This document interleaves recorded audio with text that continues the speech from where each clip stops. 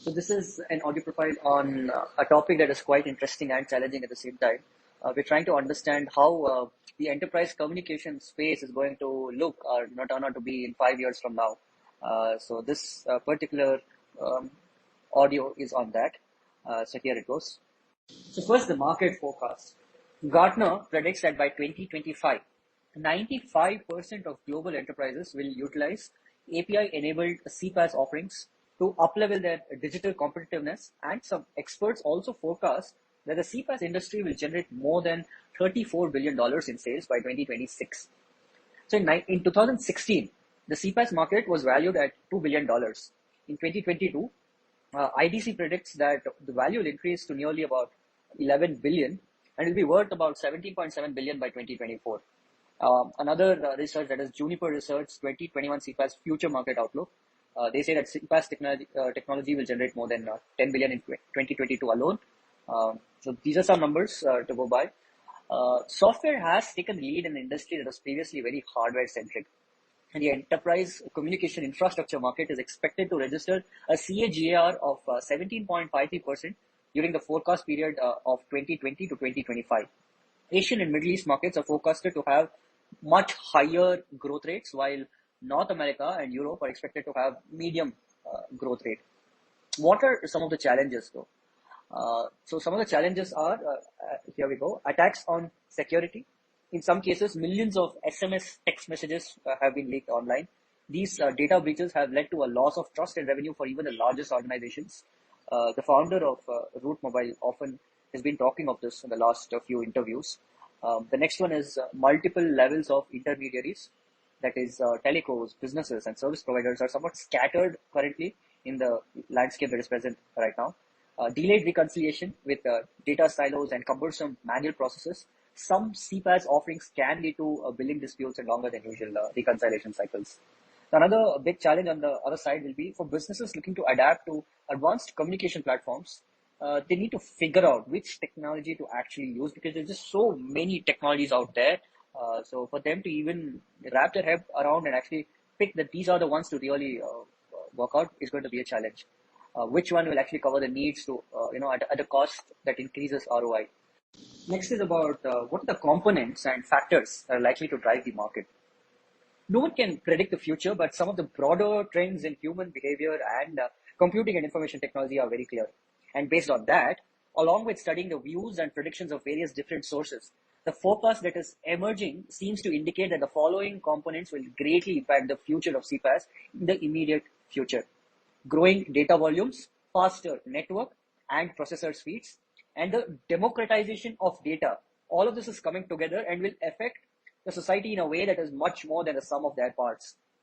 Among other things, the number of communication platforms it can offer and the introduction of chatbots, financial services, payment services, and expansion into other sectors will be key for CPaaS providers who are looking to maximize their revenue. Voice and text messaging have been the most significant drivers for CPaaS adoption, and according to IDC, the market segment will grow to more than $10 billion by the next year itself. Siloed data is less valuable than integrated data. The future of engaging both customers and employees relies on an integrated cloud communications platform that connects all employees within an organization. That is from the front office to the contact center.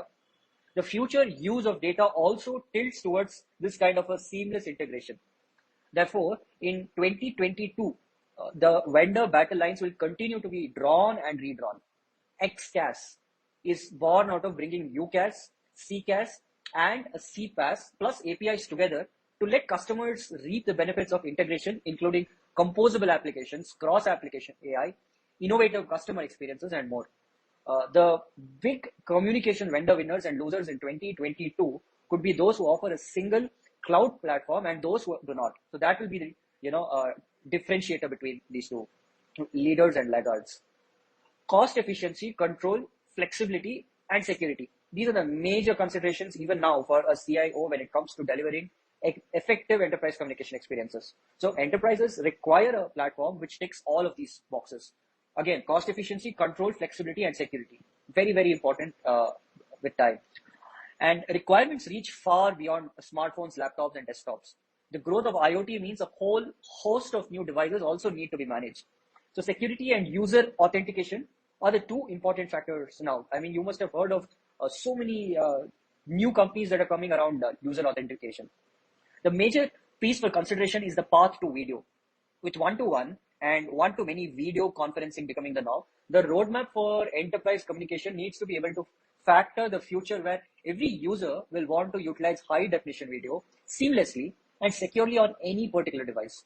The companies like Slack and Twilio have already carved out large and growing businesses in new categories to improve the way enterprises communicate.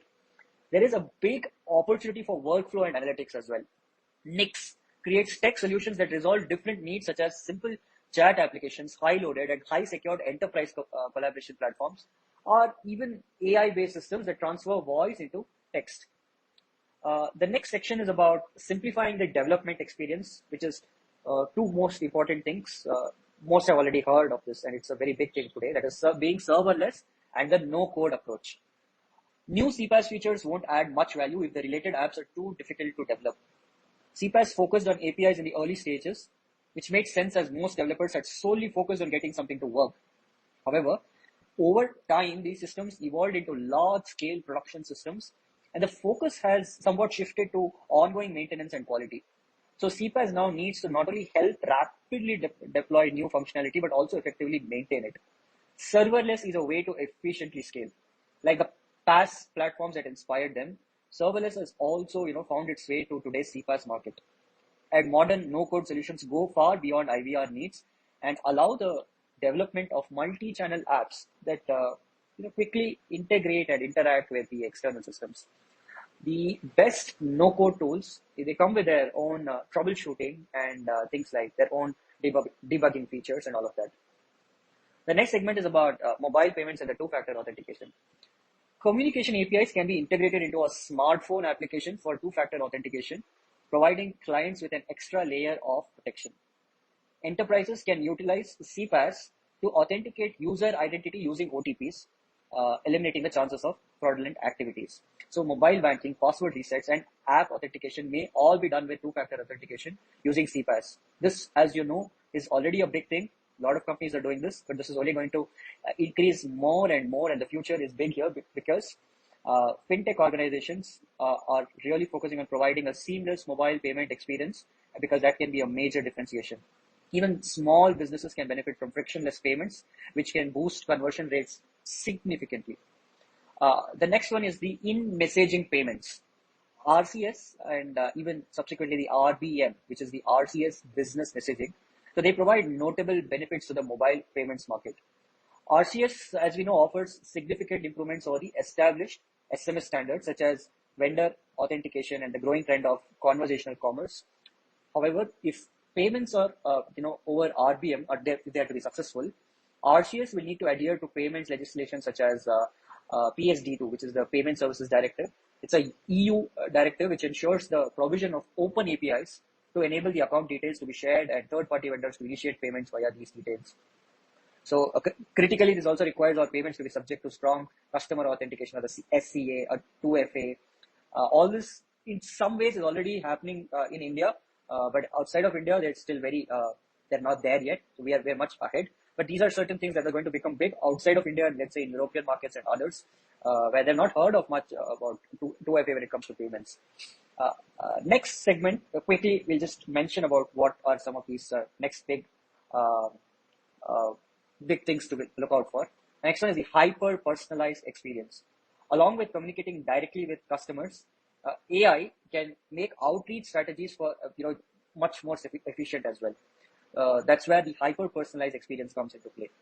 The next one is the investment in first-party data solutions.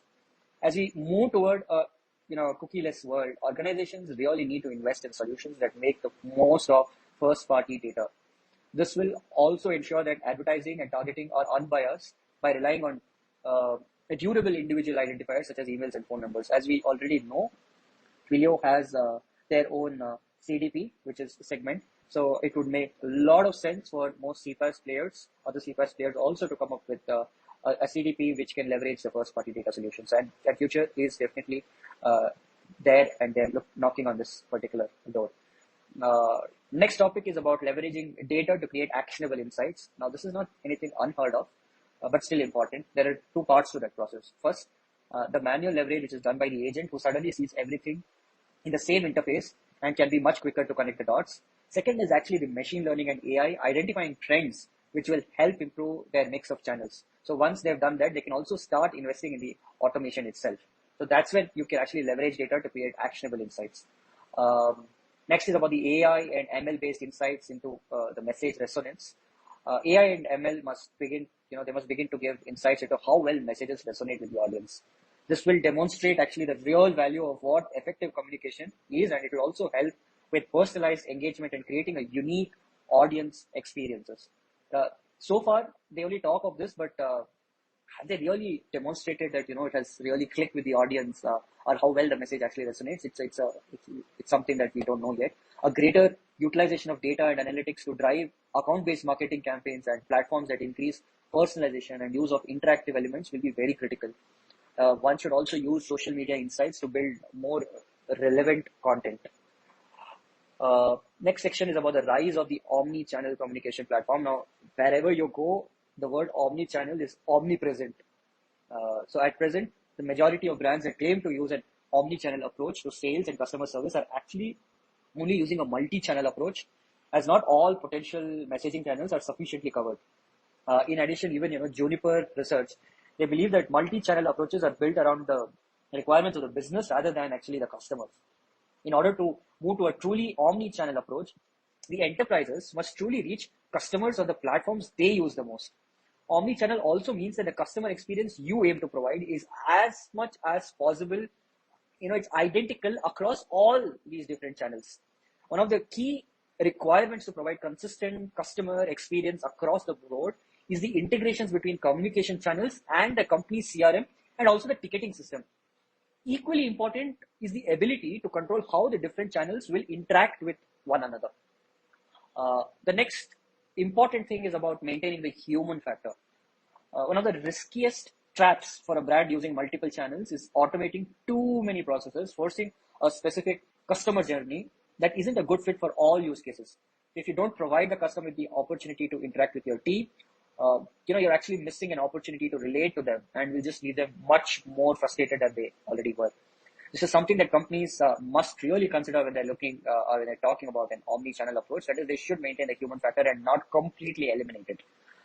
Uh, we now talk about 5G and what 5G is going to look like. Uh, as operational expenditure, the OPEX, continues to rise, they are increasingly turning to network sharing agreements to reduce the total cost of ownership, or the TCO. 5G is likely to accelerate this trend. The next stage in the evolution of 5G is the development and rollout of standalone 5G networking architecture. We have already spoken about this before, and there's also the slicing of the 5G based on use cases. So standards for this architecture will bring a large number of benefits to operators, including wide network coverage, migration from the uh, virtual evolved packet core to 5G cores, and also evolution of bunch of things. 5G's most significant impact will be in accelerating the IoT industry, and that's what most people are telling everywhere. The low latency and high bandwidth of the network are expected to propel end-to-end capabilities to new levels, opening up countless possibilities for a lot of these nascent technologies, business models, and use cases. So to emerge in the future, where there are connected devices and vehicles as well as remote operations. So that's where 5G is going to play a major role. I think there's a lot of this has been repeated again and again in a lot of 5G conferences in the last 2 years, but yet I think this is important for us to make a note. Juniper Research also predicts that 5G deployment will enable a number of real-time communication services, including remote health, machine control, drone steering, remote haptic control, remote surgery, VR and AR control, etc. So all these things are what they're talking about in 5G, and also part of the communication, which is enterprise communication. Furthermore, they also anticipate that with the regional proliferation of 5G, which is expected to take place in the next decade, VoLTE will eventually evolve into voice over 5G, so allowing even higher call quality and vast interactive capacity for voice and video communication. Voice and video over 5G will essentially run on the same IMS infrastructure as VoLTE. Hence, we can expect the 5G NR will be the next wave of wireless voice activity, driving the IMS deployments. We're now coming to the very interesting thing that people are talking about is the augmented or mixed reality. So with hands-on experiences and shared interactive experiences becoming part of the mainstream. So if it is done right, AR or the augmented reality may also become another integral part of multi-channel marketing. It delivers a great deal of cool factor. People can try out a virtual object before buying the real thing or get detailed information on a product. So along with increased speed and reduced latency, also improved location data available from 5G, that should allow for smoother AR experiences with fewer or no trackable anchors to worry about.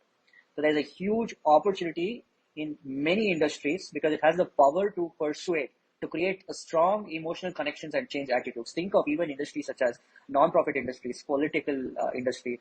I think political industry is something that not too many people, especially in the Indian market, they focus on. But Twilio made a lot of money during the 2020 election cycle in US. Um, Cyber security. So AI and machine learning will be the major players in helping to advance cyber security in the coming years. This will augment employee training and other existing safeguards. Uh, the future cannot be thought of without increasing the data privacy, which is so important. So to remove security risks that are involved with these CPaaS platforms are likely to enhance security with end-to-end encryption. So with a lot of state of art encryption and no access to message content, CPaaS companies will soon have to be prepared to offer much better security. We spoke already of the first party data. So CDPs, again, a few more words on that. They will enable brands and enterprises to deliver a better customer experience through advanced data mining and also more granular insights into consumer preferences. Uh, some good examples for this is that Twilio's acquisition of Segment and Link Mobility's acquisition of marketing platform in April last year. Juniper Research anticipates that this increasing usage of these platforms will create a differentiation point among its competitors as communication channels become increasingly IP based and media rich.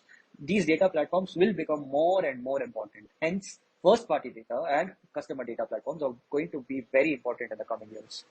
Um, CCaaS, UCaaS, and CCaaS overlap will be much more pronounced. So as we spoke earlier about the XCaaS, which consists of all three together, uh, there has been a growing realization among businesses about the importance of integrated communication experience in the last few years. In 2022, CPaaS will drive the convergence between UCaaS and CCaaS to facilitate a much more integrated communication experience. It also means the traditional lines will further blur. What are the between the UCaaS, CCaaS, and CPaaS? So these silos will no longer work as silos. For example, Ericsson acquired Vonage with the prime goal of entering into the CPaaS and the enterprise market with integrated CPaaS and UCaaS offerings. Twilio has launched its own contact center solution, as you know, which is called Twilio Flex. Zoom is also trying to do a lot of things, and they're trying to enter the enterprise space. Blue Jeans. So these are prominent UC players that have expanded their offerings with communications API via some of these marketplaces and technology partner programs. Uh, Now, some bit about chatbots and artificial personal assistant. I mean, this cannot be complete without talking about chatbots and AI assistants. Uh, Platforms will definitely leverage machine learning and NLP to understand context, derive the intent, and identify and learn the user behaviors and patterns to automate some of the routine tasks such as expense approvals, meeting reschedulings, and all of that. So most new age chatbots also have an instant app feature. If the system feels a purchase is imminent, the instant apps feature allows the chatbot to seamlessly transition from a natural language discussion into an app-like experience. Some of the features to look out for will be more conversational, sentiment tracking, automation of payments, and much more improved customer engagement. All these when we're talking of chatbots. What about artificial personal assistant? While one may not go like a full Alexa, that is the direction in which we're heading though. It will provide organizations to scale their capabilities, address labor shortages, and give smaller businesses a way to compete effectively. So analysts are studying every business process, including digital interactions, to see how automation can actually bring more value and better experiences. Uh, the last few things we also have to talk about blockchain. Businesses spend so much time and money on each transaction through coordination, synchronization, messaging, and also checking to ensure it goes through as it should. But blockchain eliminates all of this by storing a single record of everything and not two separate databases. It has the capabilities to keep a record of much more than just currency and transactions. But blockchain technology is still in its infancy, but at the peak of rapid expansion, the way it's going. Businesses that see the potential and are proactive in its adoption will likely be the front runners in innovation and ahead of the curve when the benefits are fully realized. So it's going to be a world where blockchain will be much more pronounced. There will be the DLT, which will be often spoke of much more, and decentralized infrastructure and capabilities will always be spoken of much more. Few more things that we have to speak about is the IoT, um, but what is the potential of IoT? So connected devices, assets, and a lot of these smart devices, they're driving the next wave of CPaaS opportunities. According to IDC, the IoT opportunity is expected to be about $1.2 trillion by 2022. So in the next 5 years, we will be interacting with connected devices up to 5,000 times per day. The majority of the data will be real time in nature and will be mostly driven by the IoT services. We are already seeing this, and in India, there are a few companies suddenly that are coming up like Ultra Human, where they're tracking glucose level, sugar level, and all of these things. And people are also having these patches, and there's so much data that's being generated in real time. So this is something that CPaaS players will have to prepare for. So that obviously there will be they'll enter into all aspects of our lives. So not just smartphones, there'll be smart toilets, there'll be so many things that will be tied with the IoT requirements, advancements. Uh, Next, we talk about the virtual collaboration. So we're likely to have more fully remote and hybrid workplaces. It's also possible that some people will prefer to work in co-working spaces. To maintain harmony between the virtual teams, certain apps become essential for collaboration, communication, task management, time tracking, file sharing, and video conferencing. For workforce automation to be much more effective, and also there has to be that element of augmented or mixed reality sense in this also, and people are going to be spending money for this, for a combination of both virtual as well as human element there. There are few companies already working on this, like Slack, PandaDoc, Asana, etc. So finally, when we're talking about enterprise communications, software has truly taken the lead in an industry that was really hardware centric. And communications is one of the very few markets where startups can claim their share of a $1 trillion market, really. Companies like Slack, the Fuse, and Twilio, and these are companies that have carved out large and growing businesses in new categories to improve the way enterprises communicate. One of the main drivers for this shift is because communication is moving from one of the most closed tech ecosystems to one of the most open. More enterprise communication unicorns will rise. One area of special interest is B2C messaging, just as companies like Snapchat and WhatsApp have become a staple of personal communication. Slack and Yammer have also become very popular messaging between employees. So this is also an opportunity for a company to have a messaging standard for B2C communications as well. While Facebook is fighting, to seize this opportunity for the, and want to enter into this space as well, but I still think that a lot of they can't do what uh, the enterprise communication companies are, already done in this space.